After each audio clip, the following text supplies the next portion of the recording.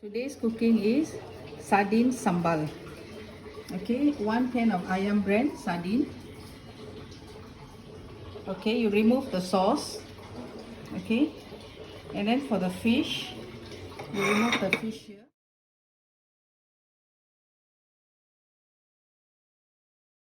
Okay, once you remove the fish, not to get the sardine smell, what you do, you remove this inside the bones. Once the oil is hot, grind ginger. Slow fire. After that, you're adding the onions.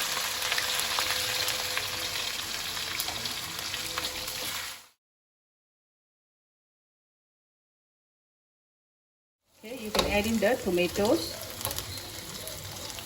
and the curry leaf.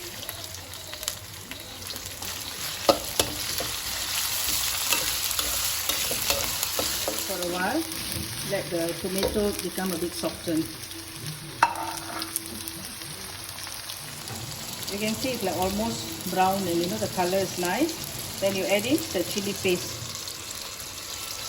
It all depends how much gravy you want.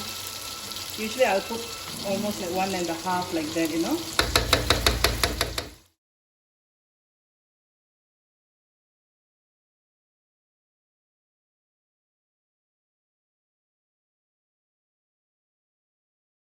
Okay, we pour 1 bowl of water. Okay, let it cook well. Okay, chili and the red chili. Okay, let it cook.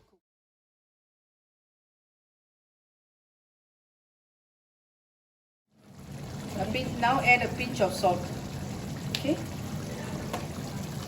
then you stir it.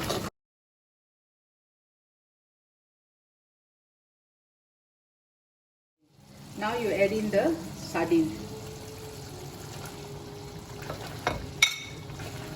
Stir it well.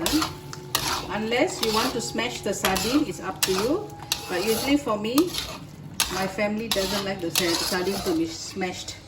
So we stir it slowly.